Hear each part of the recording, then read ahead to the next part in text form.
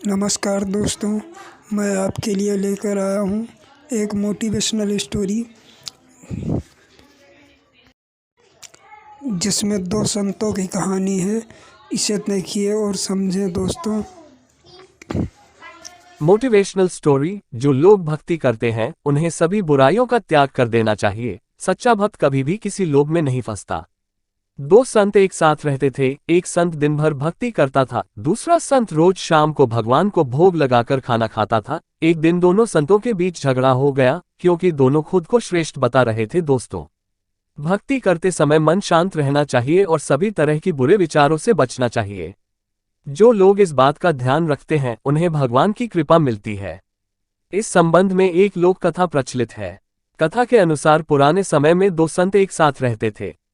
दोनों की भक्ति का तरीका अलग अलग था। एक संत दिन भर तपस्या और मंत्र जाप करते रहता था, जबकि दूसरा संत रोज सुबह शाम पहले भगवान को भोग लगाता और फिर खुद भोजन करता था। एक दिन दोनों के बीच झगड़ा होने लगा कि बड़ा संत कौन है। इस दौरान वहां नारद मुनि पहुंच गए। नारद ने दोनों संतों से पूछा कि किस बात के लिए लड़ाई कर रहे हैं। संतों ने बताया कि हम ये तय नहीं कर पा रहे हैं कि दोनों में बड़ा संत कौन है। नारद ने कहा कि ये तो छोटी सी बात है, इसका फैसला मैं कल कर दूंगा। अगले दिन नारद मुनि ने मंदिर में दोनों संतों की जगह के पास हीरे की एक एक अंगूठी रख दी। पहले तप करने वाला संत वहां पहुंचा। उसने एक अंगूठी देखी और चुपचाप उसे अपने आसन के नीचे छिपाकर मंत्र जाप करने लगा। कुछ देर में दूसरा संत भगवान को भोग लगाने पहुंचा। उसने भी हीरे अंगूठी देखी, लेकिन उसने अंगूठी की ओर ध्यान नहीं दिया।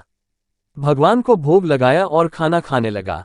उसने अंगूठी नहीं उठाई। उसके मन में लालच नहीं जागा, क्योंकि उसे भरोसा था कि भगवान रोज उसके लिए खाने की व्यवस्था जरूर करेंगे।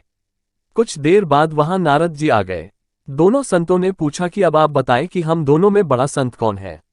नारद ने तपस्या करने वाले संत को खड़े होने के लिए कहा। जैसे ही वह संत खड़ा हुआ तो उसके आसन के नीचे छिपी हुई अंगूठी दिख गई।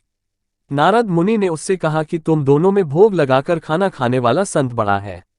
तपस्या करने वाले संत में चोरी करने की बुरी आदत है। उसने भक्ति के समय में भी चोरी करने से संकोच नहीं किया, जबकि भोग लगाने वाले संत ने अंगूठी की ओर ध्यान तक नहीं दिया। इस कारण वही संत बड़ा है। प्रसंग की सीख।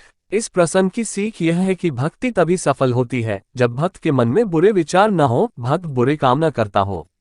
जिस भक्त के विचार पवित्र हैं और जो बुरे कामों से दूर रहता है, सिर्फ उसे ही भगवान की कृपा मिलती है।